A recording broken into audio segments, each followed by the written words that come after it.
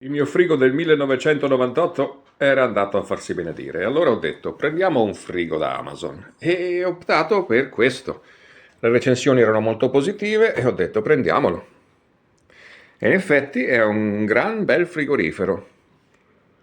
Essenziale, ma ha tutto. Ripiani in vetro. Qui vabbè sono in plastica, ma va benissimo. È un frigo veramente carino, fa una bella luce e funziona molto bene. E soprattutto è anche silenzioso. È silenzioso. Quindi sono molto molto contento di questo acquisto. Yes?